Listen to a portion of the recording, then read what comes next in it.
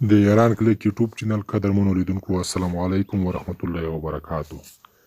هیله ده چې روغ جوړ به یاست او د صحت په کلو کې بانه یاست. دا د یو ځل بیا درته د ایران کلیک یوټیوب چینل لوري د یوې نوي ویډیو سره کوربه یم.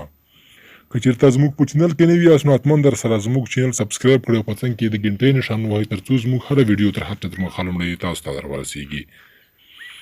د واده لومړۍ شپې یوه په زړه پورې کیسه درته کوم په دې هیله چې خوښه م شي. شپه وه تقریبا 11 بجې وې. دروازه مې ټک ټک کړه، خلاصه مې کړه. هغه په پارک ناسته وه. سلام مې واچوه. ومې ویل اجازه ده؟ څه یې ونه ویل. بې له اجازې ورغلم. له نږدې مې سلام واچوه. له هغې خوا هم نرم وعلیکم سلام جواب راغی. ومې ویل تا لمونځ کړی؟ ورو یې وویل هو ملا صاحب. ومې ویل څنګه غوسه یې؟ ارام یې وخندل. ومې ویل څنګه داسې یو موټی ناست دی؟ اوس په ډډه زړه سمه کښېنه وروسته به ګورو. ورو او په شرمېدلي غږ یې وویل ته مې خورې ځکه داسې ناسته یم. ومې ویل زه غواړم ستا په زنګون ویده شم. څه یې ونه ویل. ورنږدې شوم، د هغه په زنګون مې سر کېښود. ډېر ښایسته عطر یې وهلی و. ومې ویل ته خبره نه یې زما عطر نه خوښېږي؟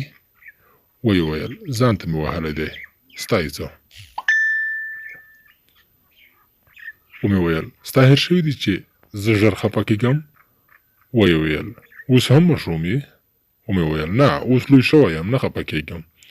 ومې ویل رښتیا اوس هم په خلکو خولې لګوې؟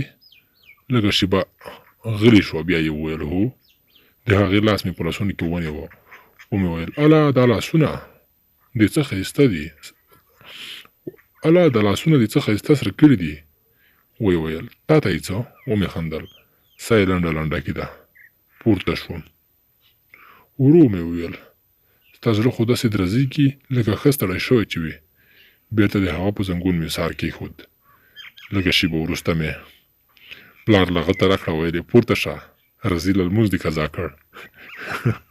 په دې هیله چې دغه ویډیو مو خوښه شوې وي او یو څه د خندا وړ هم ګرځېدلې وي. که چېرته مو ویډیو خوښه شوي نو حتما در سره ویډیو لایک کړئ او ویډیو شیر هم کړئ در سره نور